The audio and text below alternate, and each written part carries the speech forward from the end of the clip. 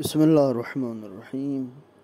امیر المومنین نے محمد بن ابی بکر کے نام میں خط تحریر فرمایا کہ جب انہیں مصر کی حکومت دی گئی، فرماتے ہیں کہ لوگوں سے تواضع کے ساتھ ملنا، ان سے نرمی کا برتاؤ کرنا، سب کو ایک نظر سے دیکھنا تاکہ بڑے لوگ تم سے اپنے ناحق طرفداری کی امید نہ رکھیں، چھوٹے لوگ تمہارے عدل و انصاف سے ان بڑوں کے مقابلے نا امید نہ ہو جائیں، کیونکہ اے اللہ کے بندو، اللہ تمہارے چھوٹے بڑے کھلے ڈھکے اعمال کی تم سے باز پرس کرے گا۔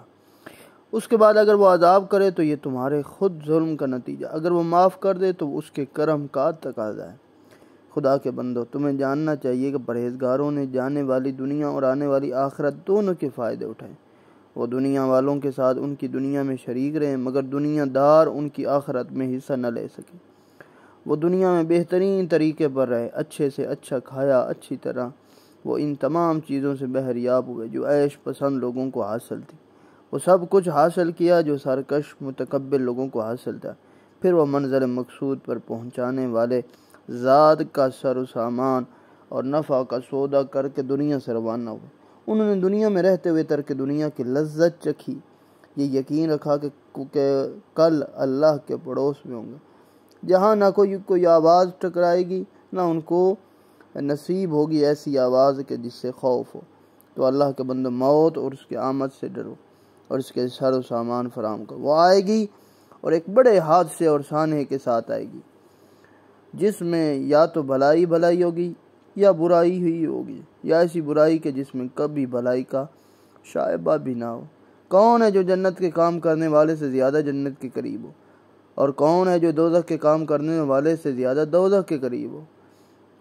تو وہ شکار ہو جس کا موت پیچھا کی ہوئے۔ اگر تم ٹھہرے رہو گے جب بھی تمہیں گرفت میں لے لے گی، اگر تم اسے بھاگو گے پھر بھی تمہیں پالے گی۔ وہ تو تمہارے سائے سے بھی زیادہ تمہارے ساتھ ساتھ ہے۔ موت تمہاری پیشانی کے بالوں سے جکڑ کر باندھی دی گئی ہے، اور دنیا تمہارے پیچھے سے تہہ کی جا رہی ہے۔ لہذا جہنم اس آگ سے ڈرو جس کا گھیراؤ دور تک چلا گیا، جس کی تپش بے پناہ، جس کا عذاب ہمیشہ نیا اور تازہ۔ وہ ایسا گھر ہے جس میں رحم و کرم کا سوال ہی پیدا نہیں ہوتا، نہ اس میں کوئی فریاد سنی جائے گی، نہ کرب و اذیت سے چھٹکارا ملے گا۔ اگر یہ کر سکو کہ تم اللہ کا زیادہ سے زیادہ خوف بھی رکھو، اس سے اچھی امید بھی رکھو، تم ان دونوں باتوں کو اپنے اندر جمع کر لو، کیونکہ بندے کو اپنے پروردگار سے اتنی ہی امید ہوتی ہے جتنا اس کا ڈر ہوتا ہے۔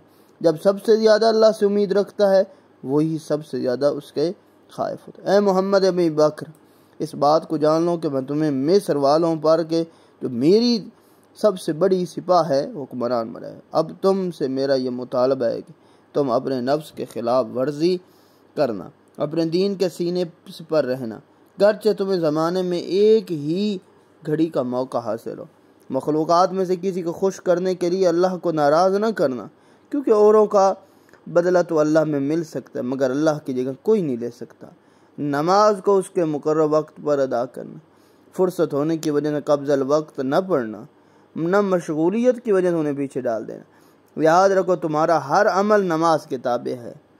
اس عہد نامے کا ایک حصہ یہ بھی ہے کہ ہدایت کا امام، ہلاکت کا پیشوا، پیغمبر کا دوست، پیغمبر کا دشمن برابر نہیں ہو سکتا۔ مجھ سے رسول اللہ نے فرمایا، مجھے اپنی امت کے بارے میں نہ مومن سے کھٹکا ہے نہ مشرک سے، کیونکہ مومن کی اللہ اور اس کے ایمان کی وجہ سے گمراہ کرنے سے حفاظت کرے گا، اور مشرک اس کے شرک کی وجہ سے ذلیل و خوار کرے گا۔ بلکہ مجھے تمہارے لیے ہر اس شخص سے خوف ہے جو دل سے منافق، زبان سے بڑا عالم